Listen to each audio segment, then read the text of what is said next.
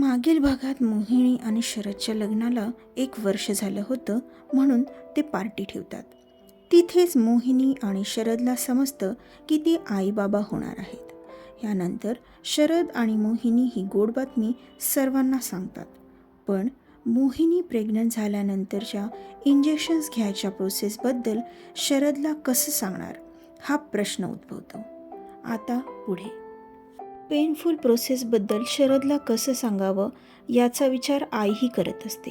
पण मोहिनीने आईला सांगितलं असतं की ती सर्व सांभाळून घेईल. मग काही दिवस तिथे राहून आई बाबा परत घरी निघून जातात. मोहिनीला बेड रेस्ट असल्यामुळे ती घरातूनच काम करू लागते. शरदही सकाळी लवकर जाऊन संध्याकाळी लवकर घरी येत असतो. आल्यानंतर मोहिनीला त्याच्या हातची कॉफी बनवून देत असतो. आता हे रोजचंच झालं होतं. शरद जितका जास्त मोहिनीकडे राहता येईल तितका जास्त प्रयत्न करायचा. त्याचीही खूप धावपळ होत होती. पण मोहिनी आणि त्यांच्या बाळासाठी तो सर्व अगदी आनंदाने करत होता. कितीही थकला असला तरी एक प्रकारचा उत्साह त्याला आला होता. मोहिनीजवळ बसून तो आपल्या होणाऱ्या बाळाशी मनसोक्त गप्पा मारायचा. जणू ते बाळ आतून आपल्या बाबांचं बोलणं ऐकतोय असं त्याला वाटायचं. शरदचं वागणं पाहून मोहिनीचे डोळे भरून यायचे. तिला तर खात्री पटलीच होती की तो एक आदर्श बाबा बनेल. आता मोहिनीला 5वा महिना चालू होता. रोजच्याप्रमाणे सर्व कामे चालू होती. शीला मावशी मोहिनीला काय हवं नको ते पाहायच्या. त्याही अगदी स्वतःच्या मुलीप्रमाणेच तिची काळजी घेत होत्या. आईही अधूनमधून येऊन जायची. तिला काय खावंसं वाटतंय ते बनवून घेऊन यायची. असंच एके दिवशी आई मोहिनीसाठी साबुदाणा वडा बनवून घेऊन आली होती. मोहिनीला तर तो वडा किती खाऊ आणि किती नाही असं झालं होतं. ती पटापट खात होती. आई आणि शीला मावशी सारखं तिला हळू खाण्यासाठी सांगत होत्या. पण ती तर अजिबातच कोणाचं ऐकत नव्हती. कितीही म्हटलं तरी आईच्या हातच्या जेवणापेक्षा जगातील कोणतंच जेवण हे रुचकर लागत नाही. मोहिनी ते वडे असे खात होती की जणू कोणीतरी तिचे ते वडे हिसकावून घेणार आहेत किंवा मग ह्यानंतर तिला कधी वडे खायलाच मिळणार नाहीत. पटापट खात असताना अचानक मोहिनीला जोराचा ठसका लागला. तो ठसका इतका जोराचा होता की तिच्या नाकातोंडातून पाणी येऊ लागले. ठसका थांबायचं नावच घेत नव्हता. आईने तिला पाणी पाजलं, पण ठसक्याबरोबर ते पाणीही बाहेर पडलं. मोहिनीला अचानक काहीतरी जाणवलं म्हणून ती बाथरूमकडे धावली. मावशी आणि आई तिला हळू चाल म्हणत तिच्या मागे धावल्या. तिने आतून दार लावून घेतलं.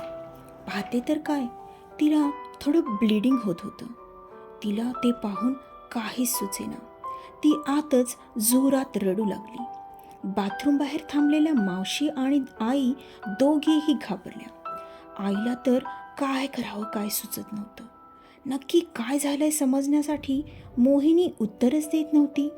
तेवढ्यात शीला मावशींना पटकन सुचलं की शरदला फोन लावावा आणि त्यांनी शरदला फोन लावला. मोहिनीबद्दल सगळं सांगितलं तर शरद इमर्जन्सी आहे सांगून ऑफिसमधून लगेचच निघाला.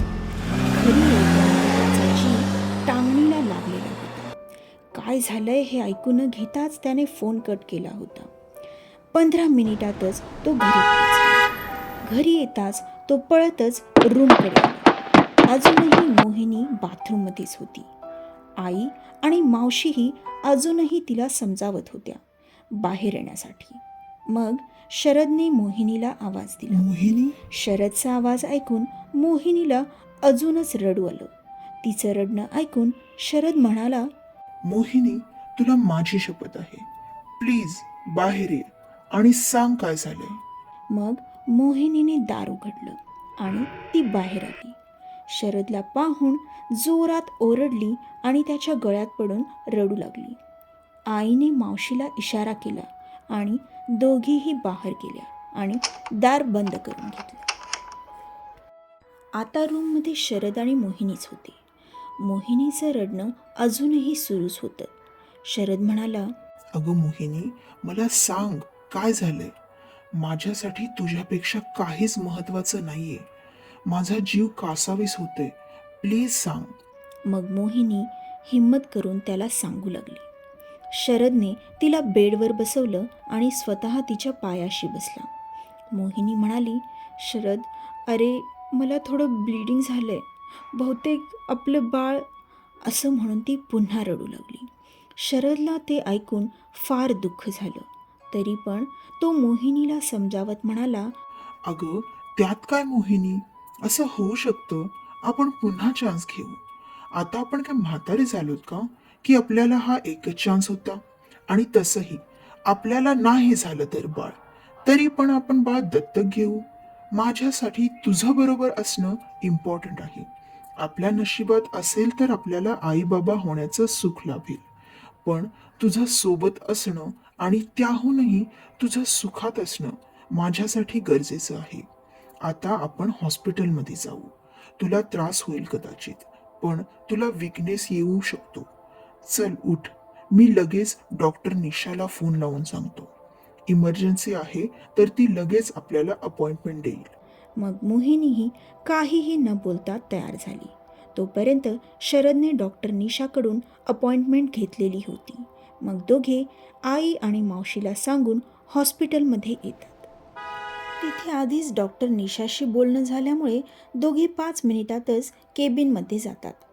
तिथे डॉक्टर निशा मोहिनीला सर्व विचारते आणि तिचं चेकअप करू लागते. आता पुढे काय होईल? मोहिनी आणि शरदचं बाळ वाचेल? हे जाणून घेण्यासाठी ऐकत रहा अडगळीची वस्तू.